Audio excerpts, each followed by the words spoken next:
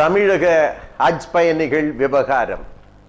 கூடுதல் இடங்களை ஒதுக்கீடு செய்ய வேண்டும் என்று வலியுறுத்தி தமிழக முதலமைச்சர் ஜெயலலிதா அவர்கள் பிரதமருக்கு கடிதம்.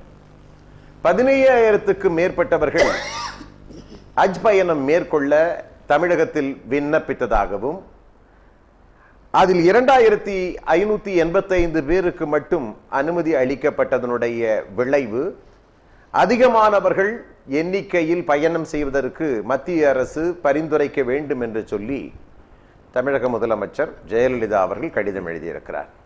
இதில் என்ன முக்கியத்துவம் வாய்ந்திருக்கிறது என்று நீங்கள் கேட்கலாம். தமிழகத்தில் எதிர்க்கட்சிகள் நாளுக்கு நாள் ஒரு குற்றச்சாட்டுகளை குறிப்பிட்டு வருகிறார்கள்.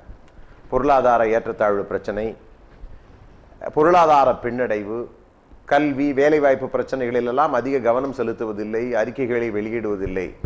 ஆனால் இந்த ஹஜ் பயணிகள் விவகாரத்தில் ஜெயலலிதா அவர்கள் கூடுதல் கவனம் செலுத்துவதற்கான காரணம் என்ன? இது தமிழ் அரசியலாக மாறி போகிறதா என்பதோடு மட்டுமல்ல, இது ஏற்கனவே ஜெயலலிதா அவர்கள் பலமுறை இப்படிப்பட்ட கடிதங்களை மன்மோகன் சிங் பிரதமராக இருக்கிற பொழுது கூட எழுதியிருக்கிறார், இப்பொழுதும் எழுதியிருக்கிறார் நரேந்திர. இந்த மத்திய அரசு நமக்கு என்ன ஏற்படுகிறது? இந்த மத்திய அரசு ஹஜ் பயணிகள் விவகாரத்தில் பாரபட்சம் காட்டுகிறதா? ஜெயலலிதா அவர்கள் போர்க்கொடி எழுப்புகிற அளவிற்கு, மாநிலத்திற்கு மாநிலம் போர்க்கொடி எழுப்பக்கூடிய அளவிற்கு ஹஜ் பயணிகள் விவகாரத்தில் கட்டுப்பாடுகளை கொண்டு வருகிறதா மத்திய அரசு? அல்லது மத்திய அரசுடைய முயற்சிக்கு சவுதி அரேபிய அரசு செவிசாய்க்கவில்லையா? அதற்கான கூடுதல் கவனத்தை மத்திய அரசு எடுக்கவில்லையா என்பது போன்ற பல கேள்விகள் இருக்கிறது. அந்த வகையிலே தான் ஹஜ் பயணிகள் விவகாரம் இன்றைக்கு அனைத்து சமூகத்தினரும் தெரிந்து கொள்ளுகிற விதமாக முதன்முறையாக தொலைக்காட்சியில் விவாதமாக நாம் கொண்டு வந்திருக்கிறோம். அந்த வகையிலே இன்றைய நிகழ்ச்சியிலே கலந்து கொண்டு நம்முடைய கருத்துக்களுக்கும் விவாதங்களுக்கும் பதிலளிப்பதற்காக அனைத்து இந்திய அண்ணா திராவிட முன்னேற்ற கழகத்தினுடைய தலைவர், பொதுச் செயலாளர் கடிதம் எழுதியிருக்கிற காரணத்தினாலே, முதல்வர் கடிதம் எழுதியிருக்கிற காரணத்தினாலே அக்கட்சியிலே இருந்து அக்கட்சியினுடைய அதிகாரபூர்வமான செய்தியாளர் திரு டாக்டர் சமரசம் அவர்கள், தலைமை கழக பேச்சாளர் டாக்டர் சமரசம், முன்னாள் சட்டமன்ற உறுப்பினர் அவர்கள் நம்முடைய நிகழ்ச்சிக்கு வருகை தந்திருக்கிறார். வணக்கம் டாக்டர் சமரசம். அதே போல தமிழ் மாநில காங்கிரஸ் மதச்சார்புக்கு மணி அடிக்கிறவர்கள் அவர்களும் இந்த பிரச்சனையில் இங்கே வந்திருக்கிறார். மதசார்பற்ற தன்மைக்கு மணி அடிக்கிறவர்கள் அவர்களும் இங்கே வருகை தந்திருக்கிறார்கள். அவர்கள் இந்த விவகாரத்தில் என்ன குரல் எழுப்ப போகிறார்கள் உரிமை குரலில் என்று பார்ப்பதற்காக தமிழ் மாநில காங்கிரஸ் கட்சியினுடைய மாநில பொதுச் செயலாளர் முனைவர் பாஷா அவர்கள் நம்முடைய அரங்கிற்கு வருகை தந்திருக்கிறார். வணக்கம் முனைவர் பாஷா. ஆக மத்திய அரசு பாரபட்சம் காட்டுகிறதா? ஹஜ் பயணிகள் விவகாரத்திலே சரியான நடவடிக்கை எடுக்கவில்லையா என்கிற கேள்விகளுக்கெல்லாம் பதிலளிப்பதற்காக பாஜகவை சார்ந்த VL நரசிம்மன் அவர்கள் நம்முடைய அரங்கிற்கு வருகை தந்திருக்கிறார். வணக்கம் நரசிம்மன். அதே போல இந்த நிகழ்ச்சியிலே கலந்து கொண்டு ஹஜ் பயணிகள் விவகாரம், ஹஜ் பயணம் மேற்கொள்ளக்கூடிய அந்த கடமைகளை குறித்து, அதனுடைய மேன்மைகளை குறித்தும் அதனுடைய தடங்கல்கள் குறித்தும் நம்மிடத்திலே பிரச்சனைகளை விவாதிப்பதற்காக வருகை தந்திருக்கிறார் இந்திய தேசிய லீக் அமைப்பினுடைய நிறுவன தலைவர் தடா ரஹீம் அவர்கள். சமரசம், உங்களுக்கு வாக்கு வேண்டும், எல்லா மதசார்பற்ற வாக்கு வேண்டும் என்பதிலே நீங்கள் அக்கறையோடு இருக்கிறீர்கள். சமீப காலத்திலே பாஜகவுடன் நல்லுறவை பேணி வருகிறீர்கள், மத்திய அரசின் நல்லுறவை பேணி வருகிறீர்கள். அந்த வகையிலே ஒரு பேச்சும் அடிபட்டு கொண்டிருக்கிறது. எதிர்காலத்திலே பாஜகவும் அதிமுகவும் கூட இணைந்து செல்வதற்கான வாய்ப்புகள், கூட்டணி சார்பாக இணைந்து செல்வதற்கான வாய்ப்புகள் என்கிற பேச்சுக்கள் எல்லாம் ஊடகங்களில் அடிபட்டு கொண்டிருக்கிறது. இருந்தாலும் இஸ்லாமிய சமூக மக்களினுடைய வாக்குகளை தக்க வைத்துக் கொள்வதில் பல கட்சிகள் அரும்பாடுபட்டு கொண்டு வருவதில் நீங்களும் அந்த தன்மையில் அரும்பாடுபட்டு வருகிறீர்கள். ஆக இன்றைக்கு 2,555 பேருக்கு ஹஜ் பயண வாய்ப்பு கிடைத்திருக்கிறது. 2014 2,858 பேருக்கு வாய்ப்பு கிடைத்திருக்கிறது. 2013 3,696 பேருக்கு வாய்ப்பு கிடைத்திருக்கிறது. இந்த மாதிரி பட்டியல் நீண்டு, ஏன்னா உங்க ஆட்சியில் இருக்கிற பொழுது இந்த பட்டியலை நான் வெளியிட கடமைப்பட்டிருக்கிறேன். ஆக இந்த ஆண்டு கூடுதல் இடங்களை கேட்டிருக்கிறீர்கள். இப்போ இந்த கடிதம் ஏதாவது விளைவுகளை ஏற்படுத்துமா? பிரதமர் இந்த அலசி ஆராய்ந்து கூடுதல் இடங்களை தமிழகத்திற்கு வெளியிடுவதற்கான வாய்ப்பு இருக்கிறதா? இல்லை என்று சொன்னால் இஸ்லாமியர்களை அமைதிப்படுத்துவதற்காக நாங்கள் கேட்டுட்டோம், கொடுக்கவே இல்லை. அதுக்கு காரணம் இந்த பாருங்க அறிக்கை விட்டுட்டோம் அப்படின்றதுக்காக ஒரு சடங்கு சம்பிரதாயமாக ஒரு அறிக்கை வெளியிட்டிருக்கிறீர்களா? உங்கள் கேள்வியில் பல வினோதமான விஷயங்கள் இருக்கின்றன. இந்த அரசு அண்ணா அவர்கள் ஆட்சி அமைக்கின்ற பொழுது 1967 கண்ணியமிக்க காயிதே மில்லத் அவர்களோடு இணைந்து கூட்டு சேர்ந்து உடன்பாடு வைத்துக்கொண்டு ஆட்சியிலே கைப்பிடித்தவர்கள் நாங்கள். அப்ப கலைஞர் இருந்தார். அப்போ அவர் இருக்கிறார் போறார். அண்ணா அவர் பற்றி சொல்லல. இல்ல, அண்ணாவை சொல்லும் பொழுது அப்பொழுது இருந்த கலைஞரையும் நீங்க நினைவில் வச்சு அவரும் சொல்லியிருக்காரு. நீங்க மனதில் வச்சுங்க, அது வேறு விஷயம். அப்போ தமிழக முதலமைச்சரா இருந்த ஜெயலலிதாலாம் அங்க இல்ல. அப்ப அங்க அவங்க வர்றது 80ல. இந்த அதாவது பாரம்பரிய நீங்க பழைய கதைக்கு தான் போகணும்னா நான் பழைய கதையை பத்தி பேச வேண்டிய, இப்ப புது கதைக்கு நீங்க வாங்க. இப்ப இருக்கக்கூடிய நிகழ்காலத்துக்கு வாங்க. நீதி கட்சியிலிருந்து வாங்க நான் சொல்றேன்.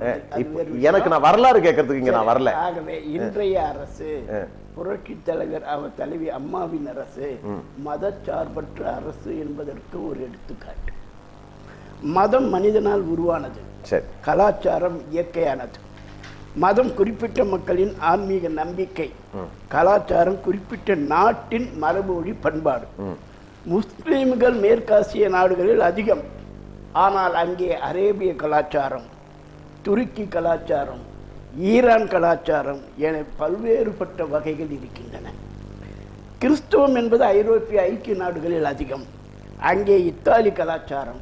உலக வரலாறு தெரிஞ்சுக்கணுங்க. நீங்க தமிழ்நாடு உலகமேலாம் இருக்கின்ற நிலையை பார்த்து ஒரு பொது வழியை கொண்டு போகிறது என்று சொல்வதற்காக இதை கொண்டு வருகிறேன். இந்தியாவில் தமிழகம் தனித்தன்மை கொண்டது. இந்த இந்த இந்த அமைப்பின் அடிப்படையில் ஜெர்மன் கலாச்சாரம், பிரான்ஸ் கலாச்சாரம் என்றெல்லாம் உண்டு. இந்தியாவில் மட்டும்தான் யாரும் முஸ்லிம் கலாச்சாரம், கிறிஸ்துவ கலாச்சாரம் என்றெல்லாம் பேசாமல் இந்திய கலாச்சாரம் என்று பேசி வருகிறார்கள். அதை மனதிலே பதிவு வைத்துக் கொள்ளுங்கள். ஒன்று, அந்த அடிப்படையில் புரட்சி தலைவி அம்மாவின் அரசு மதச்சார்பற்ற அரசு இந்திய துணைக்கண்டத்தில் தமிழ்நாடு என்பதை உலகுக்கு நிலைநிறுத்தி கொண்டிருக்கிறார்கள். கேள்வி எதுவே நான் இனிமேல் கேள்வி சொல்றேன்.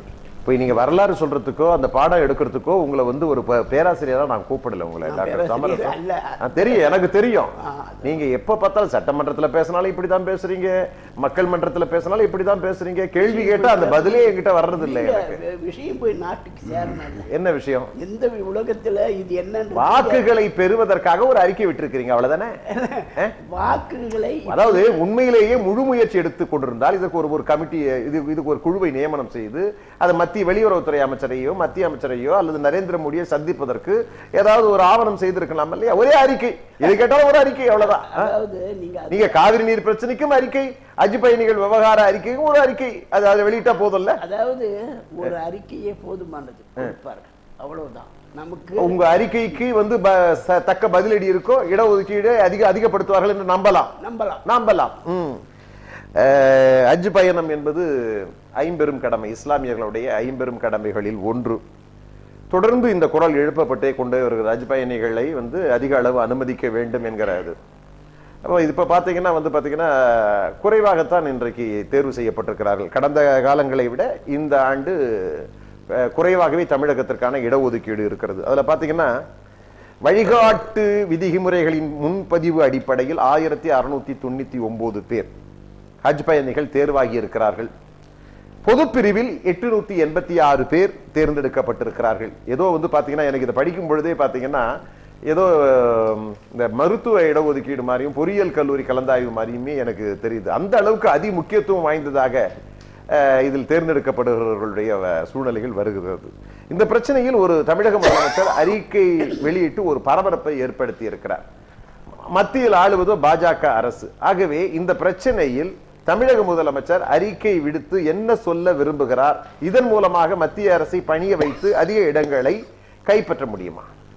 முதலில் நீங்க ஆரம்பத்திலே சொன்னதை போல இஸ்லாமியர்களின் ஐம்பெருங்கடமைகளில் ஒன்றாக ஹஜ் பயணம் இஸ்லாமியர்களுக்கு வகுக்கப்பட்டிருக்கிறது. சரி.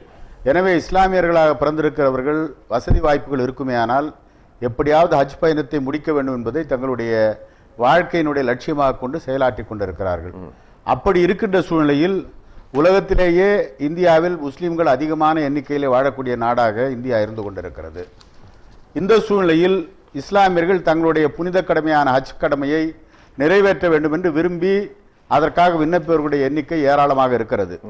தமிழகத்தை பொறுத்தவரை நீங்கள் கடந்த காலங்களை 2013 3000த்திற்கும் மேற்பட்டவர்கள், 2014 3000 ஏறக்குறைய 3000த்திற்கு எண்ணிக்கையில் இருப்பவர்களுக்கு அனுமதி வழங்கப்பட்டிருக்கிறது. சரி. ஆனால் இந்த ஆண்டு அந்த எண்ணிக்கை குறைக்கப்பட்டிருக்கின்றது என்கின்ற பொழுது ஏதோ முதலமைச்சர் ஜெயலலிதா அம்மையார் அவர்கள், இவர் மட்டுமல்ல டாக்டர் கலைஞரும் கூட ஒவ்வொரு ஆண்டும் ஹஜ் பயணிகளுடைய எண்ணிக்கையை அதிகரித்து தர வேண்டும் என்று அறிக்கை விடுவது தொடர்ந்து நடந்து கொண்டிருக்கிறது. ஏனென்று சொன்னால் ஹஜ் கடமையை நிறைவேற்ற வேண்டும் என்று எண்ணுகின்ற முஸ்லிம்களின் எண்ணிக்கை அதிகமாக இருக்கின்ற பொழுது ஓரளவுக்காவது உயர்த்தி தந்தால் அதன் மூலமாக இஸ்லாமியர்கள் ஹஜ் பயணத்தை நிறைவு செய்யலாம் என்ற எண்ணத்தின் அடிப்படையில் தான் இந்த அதிகமான எண்ணிக்கை தர வேண்டும் என்ற முயற்சியிலே முதலமைச்சராக இருக்கிறவர்கள் ஈடுபட்டுக் கொண்டிருக்கிறார்கள். பாஷா, இந்த பிரச்சனையில பாத்தீங்கன்னா நீங்க கருணாநிதி அவர்களையும் குறிப்பிட்டு சொன்னீர்கள். கருணாநிதி ஆட்சியிலே அதிகமான ஹஜ் பயணிகள் புறப்பட்டு சென்றார்கள் என்று சொல்லி குறிப்பிட்டிருக்கிறார்கள். 2010 வந்த ஒரு அறிக்கையை பார்த்தீங்கன்னா இந்த ஆண்டு புனித ஹஜ்ஜுக்கு அதிகமானோர் பயணம் என்று பேராசிரியர் KM காதர் மொய்தீன் பேசியிருக்கிறார். அப்போ ஹஜ் பயணத்திற்காக ஜெயலலிதாவை காட்டிலும் கருணாநிதி அதிக முயற்சி எடுத்து அந்த பயணத்திற்கு அதிகமானவர்களை ஏற்றி அனுப்பியிருக்கிறார் என்ற பொருளின் அடிப்படையிலே அவர் ஒரு அறிக்கையை வெளியிட்டிருக்கிறார். அதாவதுங்க எண்ணிக்கை சொல்ல முடியுங்களா? அதான் சொன்னேன், 2010ஆம் ஆண்டு அவர் ஆட்சியில இருக்கிற பொழுது அவர் ஆட்சியில இருக்கிற பொழுது 8000க்கும் மேற்பட்ட ஹாஜிகள் ஹஜ் பயணம் செல்ல இருக்கின்றனர். தமிழகத்திலிருந்து அதிகமாக ஹாஜிகளை அனுப்ப வேண்டும் என்று அன்றைய தமிழக முதல்வர் கலைஞர் அவர்கள் கோரிக்கை வைத்து முயற்சி செய்தார் அப்படின்னு சொல்லிட்டு வேலூர் நாடாளுமன்ற உறுப்பினர் அருமை தம்பின் குறிப்பிட்டார். அப்துல் ரஹ்மான் வெளியுறவுத்துறை அமைச்சராக SM கிருஷ்ணா அப்படின்னு சந்திச்சு பாருங்க எவ்வளவு கடுமையான முயற்சிகளை கருணாநிதி மேற்கொண்டிருக்கிறார். அதாவது இந்த முயற்சிகளை பொறுத்தவரை ஆட்சியில் யார் இருந்தாலும் அந்த முயற்சிகளை செய்து கொண்டுதான் இருக்கிறார்கள். டாக்டர் கலைஞர் ஆட்சியில் இருக்கின்ற பொழுது அவருடைய அமைச்சர்களும் அவருடைய நாடாளுமன்ற உறுப்பினர்களும் அகில இந்திய ஹஜ் கமிட்டியை தொடர்பு கொண்டு அல்லது வெளியுறவுத்துறை அமைச்சரை தொடர்பு கொண்டு அதற்குரிய இடங்களை பெற்றுத் தருவதற்கான முயற்சிகள் எடுத்திருக்கிறார்கள்.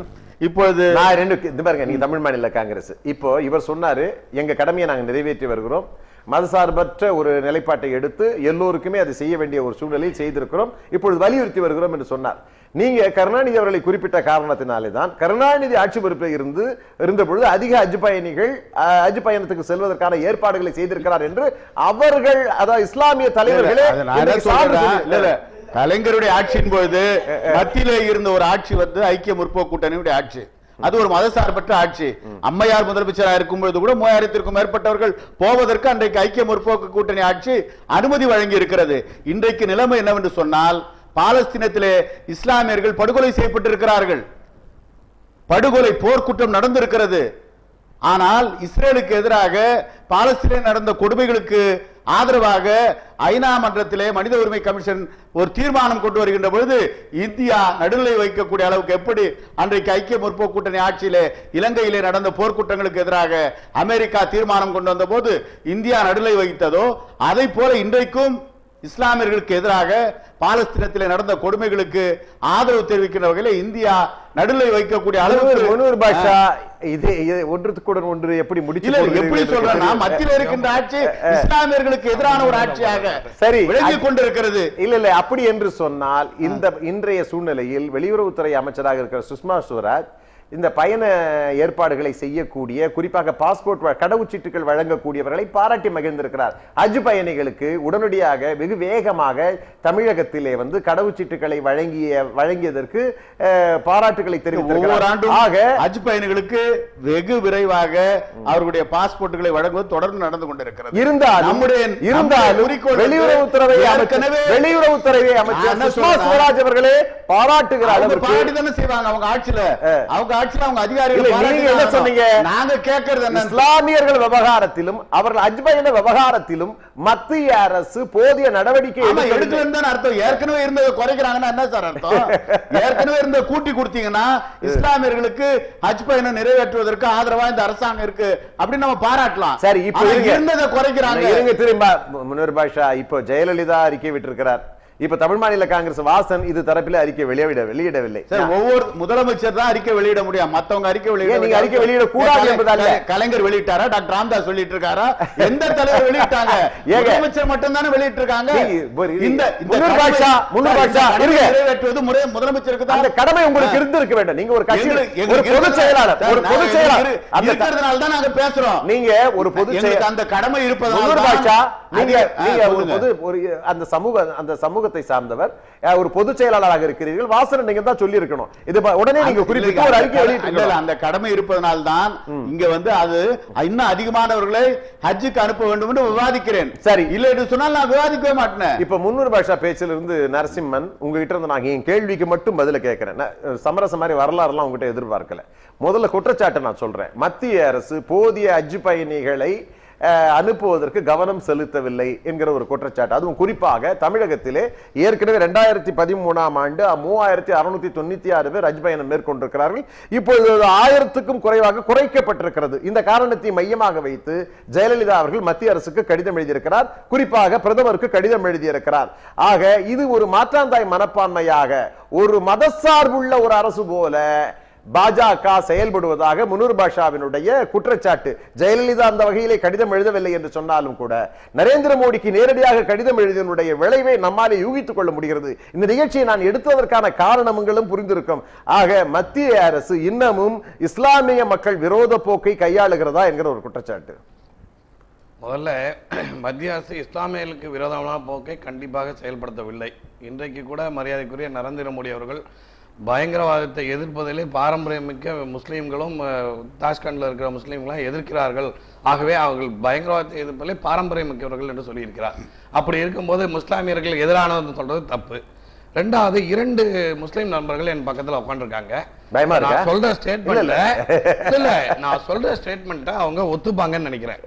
என்ன 2012 the subsidy வந்து is not only unconstitutional but inconsistent with Quran.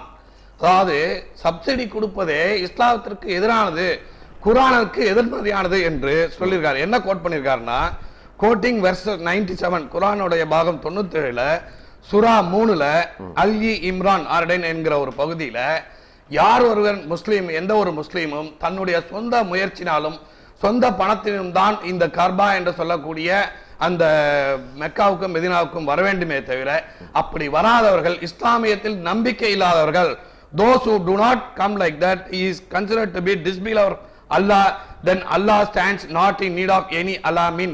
அதாவது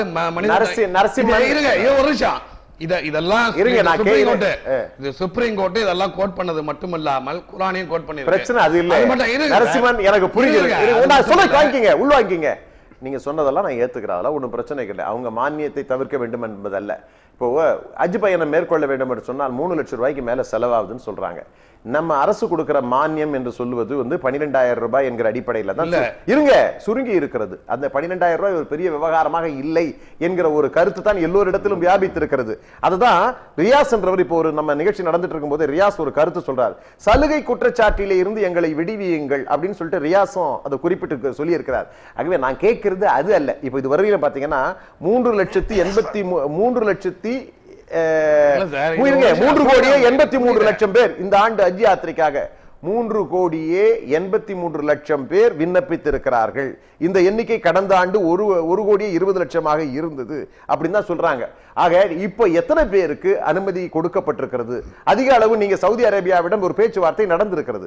அந்த பேச்சுவார்த்தையின் முடிவில் சவுதி அரேபியா சரியான முறையிலே ஒரு இணக்கமான உறவை உங்களால் மேற்கொண்டு அதிக அளவிற்கு ஹஜ் பயணிகளை நீங்கள் அனுப்ப முடியாத நிலைக்கு தோற்று போயிருக்கிறது இந்த பாஜக. நீங்க சொல்றீங்க முதல்ல அவங்க எதிர்பார்க்கவே கூடாதுன்னு முஸ்லிம் தலைவரே அவரு தவறான ஒரு வாதத்தை இங்க வைக்கிறார். பத்தி நாங்க கேட்கல உங்ககிட்ட. நாங்க கேட்கறது எங்களுடைய கடமை ஹஜ்ஜுக்கு போறது. 1000 பேர் போறோம், நீங்க எண்ணிக்கை கூட்டி கொடுங்கன்னு கேக்குறோம். இல்ல இப்போ இதுதான் இப்போ என்ன சொல்றாருன்னா, இப்ப வெளியுறவுத்துறை அமைச்சர் சுஷ்மா ஸ்வராஜ் மாதிரி கடவுச்சிட்ட விரைவா கொடுக்கிறது போறதுன்றதெல்லாம் இல்ல. ஹஜ் பயண கடமையை முடிப்பதற்கு அதிக எண்ணிக்கையில் அனுமதிக்க வேண்டும். அப்படிதான் அந்த பிரச்சனையிலே இப்ப சவுதி அரேபியால என்ன பிரச்சனை இருக்குதுன்னு எனக்கு தெரியும். இருந்தாலும் இந்திய அரசு முனைப்பு காட்டி கடந்த ஆண்டு இந்த ஆண்டு என்று கூடுதலாக ஹஜ் பயணிகளை அனுப்ப வேண்டும் என்பதுதான் என்பதுதான் இஸ்லாமியருடைய கோரிக்கையாக இருந்து ஆமா கொண்டிருக்கிறது. சார், நீங்க சொல்றதெல்லாம் நான் ஏத்துக்கிறேன். என்ன பண்ணுறா 2000 வரைக்கும் வருஷத்துக்கு இந்தியாவிலிருந்து சென்ற முஸ்லிம்களுக்கு எண்ணிக்கை வெறும் 8000 வருஷத்துக்கு. நல்லா புரிஞ்சுக்கங்க. ஆனால் வாஜ்பாய் அவர்கள் வந்த பிறகுதான் இந்தியாவோட கோட்டாவை இன்க்ரீஸ் பண்ணி 75,000 பேர் ஆக்கினார். இன்றைக்கு இந்த வருடம் 1,20,000 பேருக்கு மேல ஹஜ் பயணத்துக்கு செலக்ட் ஆயிருக்காங்க. சரி, அது மட்டும் இல்லாமல் நீங்க சொன்ன ஒரு ஸ்டேட்மெண்ட் தவறான ஸ்டேட்மெண்ட். 2014 வாஜ்பாய் இருக்கும் போது இது நரேந்திர மோடி அவர்கள் 2014 3,692 பேர் போயிருக்காங்க. 2013 2,895 பேர் தமிழ்நாட்டில். அதுதான் நான் குறிப்பிட்டு 2015 2,585 பேர். அது மட்டும் இல்லாமல் இந்த உத்தரவு சுப்ரீம் கோர்ட் என்ன சொல்லியிருக்குன்னா 2022க்குள் அரசாங்கத்தின் மூலியமாக அனுப்பப்படுவது முற்றிலுமாக தவிர்க்கப்பட வேண்டும். அரசாங்கம் இந்த மானியத்தை கொடுக்கவே கூடாது, அனுப்பவே கூடாதுன்னு சொல்றாங்க. அவர் அதை எதிர்பார்க்கவே இல்லை. இப்ப பாத்தீங்கன்னா இப்ப இருங்க இல்ல தொடர்ந்து பேசுவோம். இல்ல இப்ப அவருக்கு வாய்ப்பு இல்ல, எல்லாருக்கும் பேச விட மாட்டேன்றீங்களா?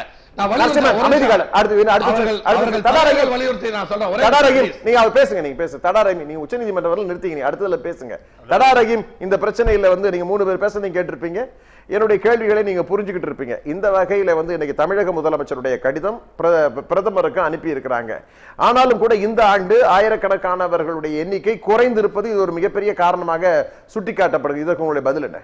அதாவது குறிப்பா சொன்னா இவர் சொல்லக்கூடிய அந்த சூறா ஒண்ணு சொன்னாரு, அதெல்லாம் உண்மைதான். அதாவது உடல் பலமும் வன வசதியும் இருக்கிறவன் தான் ஹஜ்ஜுக்கு போகணும், பிச்சை எடுத்துட்டு போக வேண்டிய அவசியமே இல்லை. இந்த அரசாங்கம் கொடுக்கக்கூடிய அந்த மானியம் என்ற பேர்வையில கொடுக்கக்கூடிய விஷயங்களை எடுத்துக்கிட்டு ஹஜ்ஜுக்கு போறதே ஒரு தவறான கருத்தே அது. அதுக்காக ஒரு வழக்கை தொடுத்து அதை நிறுத்தணும்னு நினைக்கிறேன். ஆனா இந்த மானியம் என்ற போர்வையில எங்களை இந்த இஸ்லாமிய சமூகத்தை இந்த பிஜேபி RSS போன்றவர்கள் கொச்சைப்படுத்தி பேசுறாங்க. பிஜேபி RSS மட்டுமல்ல, அனைத்து இந்திய அண்ணா திராவிட முன்னேற்ற கழகத்தினுடைய பொதுச் செயலாளர் குறிப்பாக முதலமைச்சர் அவர்கள் கூட இஸ்லாமியருடைய வளர்ச்சிக்காக மேம்பாட்டிற்காக 30 லட்சம் ரூபாய் அந்த ஹஜ் பயணிக்கு கூட 30 லட்சம் ரூபாய் மானியங்கள் நாங்கள் உயர்த்தி இருக்கிறோம் என்று 20 அப்படி என்று அவரும் ஒரு அறிக்கை வெளியிட்டிருக்கிறார். நீங்க பாருங்க, தெருவில் மேடை போட்டு ஒருத்தன் பேசுறான் மோசமான முறையில, இவனுங்க வந்து அகதிடா, இவனுங்க அகதிக்கு வந்து ஏதோ பிச்சை கேட்கறானுங்க, நம்மளுடைய காசு இருக்குல்ல அந்த காசுல இருந்து பிச்சை கொடுப்போம். யாருக்கு பிச்சை கொடுப்பாங்க? ஒரு நிமிஷம் ஏர் இந்தியாவுக்கு கொடுக்குறாங்க இவங்க. ஒரு நிமிஷம் நலிந்து ஒடுங்கி ஏர் இந்தியா நிறுவனத்தை வளர்ச்சி ஏற்படுத்துறதுக்காக மாநில என்ன நோக்கத்துல வந்திருக்கீங்க? யாரோ ஒருத்த மேடையில பேசணும்ன்றதெல்லாம் எங்கிட்ட பெருள் இல்ல. நாம் அரசு ரீதியாக நாம் பேசிக் கொண்டிருக்கிறோம். அரசு ரீதியாக பேசிக் கொண்டிருக்கிறோம். ஒவ்வொருவரும் வார்த்தைகளை அளந்து பேசி வருகிறார்கள். யாரோ ஒருத்தர் பேசினாரு அப்படின்றதெல்லாம் நீங்க பேசி பிரச்சனையை பெரிதாக்க முயற்சி செய்யாது. பிரச்சனை இல்ல. அதாவது இவர் அந்த டாபிக் எடுத்தால மானியம் என்ற டாபிக் எடுத்து சுப்ரீம் கோர்ட் இதுக்கு நாளைக்கே தடை பண்ணிடுங்கன்ற வேண்டாம். அவர் உச்சநீதிமன்றத்தினுடைய வழிகாட்டுதலை இன்றைக்கு அவர் குறிப்பிட்டு சொல்லுகிறார். அவருடைய கருத்தை அவர் குறிப்பிட்டார். என்னுடைய கருத்து வேண்டாம், அதை நிறுத்திடுங்க மானியம். தடாரஹீம் அதுதான் ரியாஸ் ஏற்கனவே ஒரு கருத்தை சொல்லி இருக்கார். எங்களை சலுகை குற்றச்சாட்டிலே இருந்து விடுவீங்கள், எங்களுக்கு அதிக எண்ணிக்கையில் ஆட்களை அனுப்புவதற்கான முயற்சி மேற்கொள்ளுங்கள். ஏற்கனவே சொன்ன 50 கடமைகளில் ஒன்று இஸ்லாமியர்களுக்கான அந்த கடமை. இப்போ இந்த பிரச்சனையில வந்து கலைஞர் அவர்கள் அதிக முந்திக் கொண்டு அதிக அளவிற்கு கருணாநிதி அவர்கள் ஹஜ் பயணிகளை அனுப்பினார் என்று காதர் மொய்தீனே குறிப்பிட்டிருக்கார். ஜெயலலிதா அந்த வகையில் பின்வாங்கி விட்டார் என்கிற இருந்த மத்திய அரசு காரணம். சரி, அது எனக்கு பாருங்க, தமிழ்நாட்டில் இருந்த காதர் மொய்தீனுடைய ஸ்டேட்மெண்ட் என்கிட்ட கிடைச்சது. இருக்கட்டுங்க, எது எப்படி இருந்தாலும் எப்படிங்க அவர் சொல்றாரு. மத்தியில் இருக்கிற அரசாங்கம். நண்பர்களே, தொடர்ந்து பேசுவோம். ஹஜ் பயணம், இஸ்லாமியர்களுடைய ஹஜ் பயணம் அதிக எண்ணிக்கையில் அனுப்ப வேண்டும் என்று தமிழக முதலமைச்சர் பிரதமருக்கு கடிதம். மத்திய அரசினுடைய நிலைப்பாடு, மாநில அரசினுடைய நிலைப்பாடு, இந்த ஆண்டு அதிக அளவிற்கு ஹஜ் பயணம் மேற்கொள்வார்களா இஸ்லாமிய பெருமக்கள்? பொறுத்திருந்து பாருங்கள். சிறிய இடைவேளைக்கு பிறகு உரிமை குரல் பரபரப்பாக முழங்கும்.